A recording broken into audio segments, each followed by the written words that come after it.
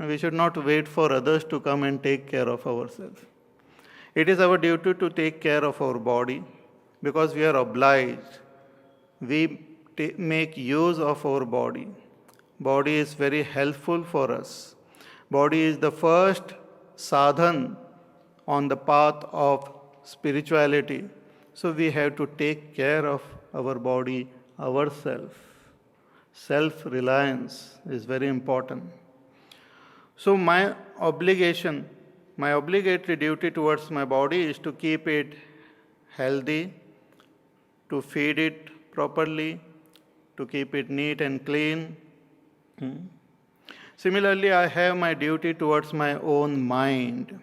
Keep it healthy, feed it with good emotions. If I don't feed it with good emotions, the mind will start eating negative emotions because mind is hungry for emotions. Just as our body becomes hungry for good food, and if good food is not available, then it starts indulging in all sorts of bad food also. Similarly, the mind, it requires love, it requires compassion, it requires care, it requires kindness. And who is the one who to give this to us? We ourselves first. Those who don't love themselves, others also don't feel inspired to love them. Many times we don't love ourselves and expect love from others. So we have to love ourselves, our own mind, give it great compassion and care, and take care of it by cultivating good emotions, emotions of forgiveness, our values of non-violence, of compassion. Then that mind feels very, very fulfilled and satisfied. Such a mind will not go here and there begging.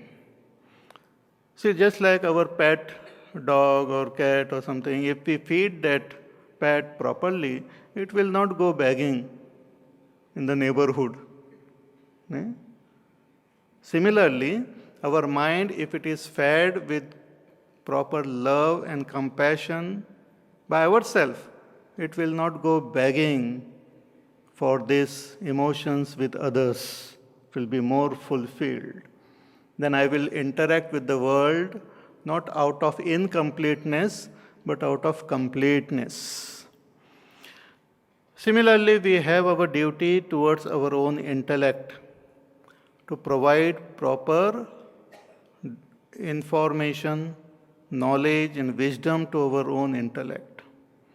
Cultivate it, make it good so that it learns to discriminate, to take proper decisions in life, to understand what is right and wrong, to understand what is good and bad, to be able to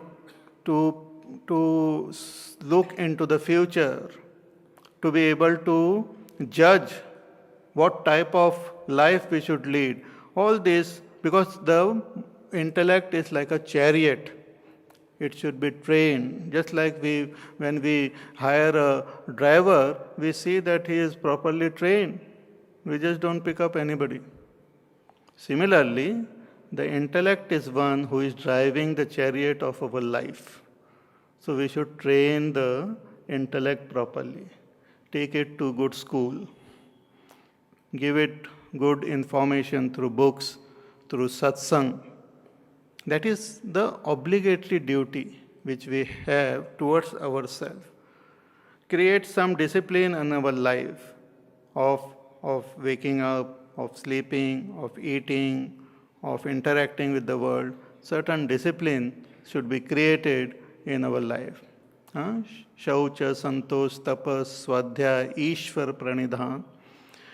Cleanliness, some austerity, a contentment, self-study, and dedicating ourselves to God, certain discipline in our life.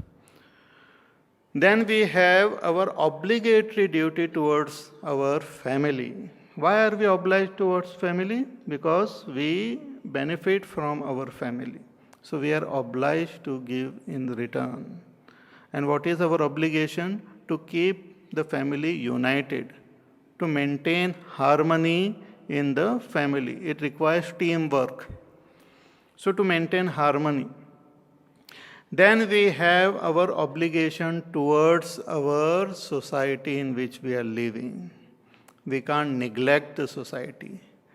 We have to take care of the environment, of the what you call the roads, the electricity, the trees, the birds, the environment which are there. I am obliged to take care of this environment. That is also my obligatory duty, niyata karma. Then there is some obligation towards my own country, because the country is one which supports me, which gives me all the various benefits. So it is my duty towards, there is lot of duty towards the country. Similarly, there is duty towards the entire world. I am a citizen of this world. I have obligation towards the world. I cannot say, who cares what is happening in some other country. I have obligation. I have obligation towards environment. I cannot dirty the water. I cannot dirty the air. It is my duty to keep it clean, not to spoil it. So this is the vast meaning of that word niyata, obligatory duties. I am obliged to do if I am living in this world. If I don't want to do, then I have to vacate the world. It's like suppose, like they have, once I had gone for that, what is it called? Water rafting. Some youngsters, some 10, 12 of us, and everyone has got a duty to do. Everyone has to do something there. Otherwise, the whole thing will go haywire. We cannot say, I will just relax and you do the work. No. So all of us, we have our obligatory duty to be done. So that is called the swadharma or the niyata karma. So niyata kuru karmatvam. In Bhagavad Gita, Bhagavan uses various terms to indicate this niyata karma. He also uses the term in the same chapter, we will see swadharma. In other chapters, Bhagavan calls it sahaja karma. Sahajam karma kaunteya sadosham apinat tejet. So various terminologies are used, but it means obligatory duties. So niyatam kuru karmatvam. Hey Arjuna, you have to perform your niyata karma. Because karma jhayo hya karmanaha. Karma, the action is far more superior than non-action, than laziness, than non-performance. Because action is the very insignia of life. Life is expressing as action. Non-performance of action will lead you to death only. Action is very important. And this action we find happening in the world everywhere. So dropping your action is not an option. And sometimes we are placed in a particular situation and there we have to perform that action, whether we like it or not. See, even if you look at nature, there are birds who fly. They fly in a particular formation, some of the birds in a V shape. So that bird in front, that bird has got the duty of leading the whole team. In others, they just flap their wings and go behind. But after some time, that bird also feels tired. It comes behind and start flying, and another bird takes up that job and start flying. And all these things happen automatically, spontaneously. and without any ego hassles and all. Yeah, I want to be a leader. Why are you making that bird the leader? No fight, no conflict and all. Everything happens. There is no, the bird doesn't feel great leading, nor does it feel low following the other bird. It's just part of life, and it makes the life more harmonious. Similarly, each one of us, we are placed in life at a particular point, particular spot. And from that point, we have certain obligation to be fulfilled. So just fulfilling those obligations properly with proper attitude is called karma yoga.